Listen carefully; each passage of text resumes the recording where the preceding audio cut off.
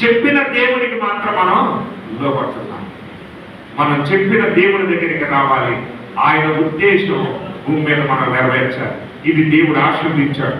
మరి ఎందుకు దేవుడు మనం అయ్యో ఒక్కసారి చెప్పేది లేదా ప్రకాష్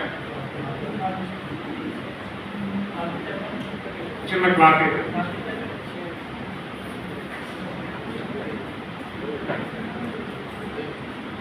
కుటుంబ వ్యవస్థ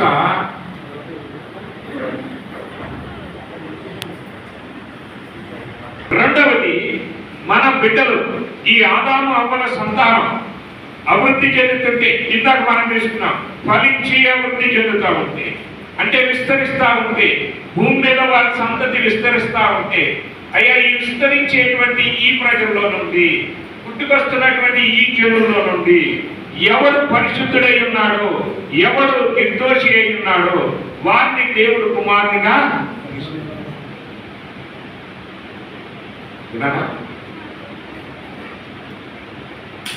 ఈ సంతతిలో నుండి దేవుడు.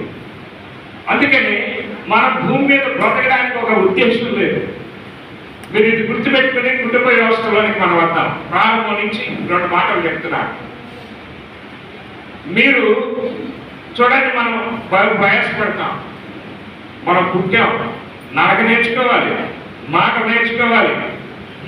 నడక మాట వచ్చిందంటే 3 సంవత్సరాలు నేర్పితే స్కూల్. మా అప్పుడైతే 6 సంవత్సరాలకి స్కూల్. ఇప్పుడైతే మమ్మీ డాడీ అన్నాడా, పాపం వాడి నోట్లో నుంచి మమ్మీ డాడీ అన్నాడా అంతే తీసుకెళ్ళి స్కూల్లో. అక్కడి నుంచి 25 ఏళ్ళు చదవాలి. తర్వాత తెల్లటి వచ్చే వరకు చదవాలి. ఇంజనీరింగ్ కష్టపడి ఇన్ని పుస్తకాలు మోసి లక్షల ఫీజులు కట్టి 25 ఏళ్ళు, మరొక 30 ఏళ్ళు, 30 సంవత్సరాల ఉద్యోగం. ఏదో సంపాదించాం, ఇల్లు కట్టుకున్నాం. దాంట్లో ఎంతకాలం ఉంటాం?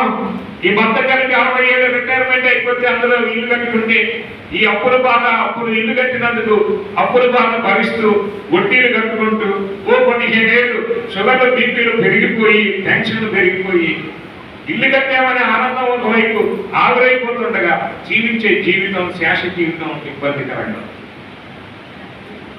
మనము మనంతరికి మనం భూమి మీద కులాన్ని ఎంచుకొని, గోత్రాన్ని ఎంచుకొని, ఊరిని ఎంచుకొని, దేశాన్ని ఎంచుకొని పుట్ల దేవుడు మనల్ని భూమి మీదకి పంపించాడు.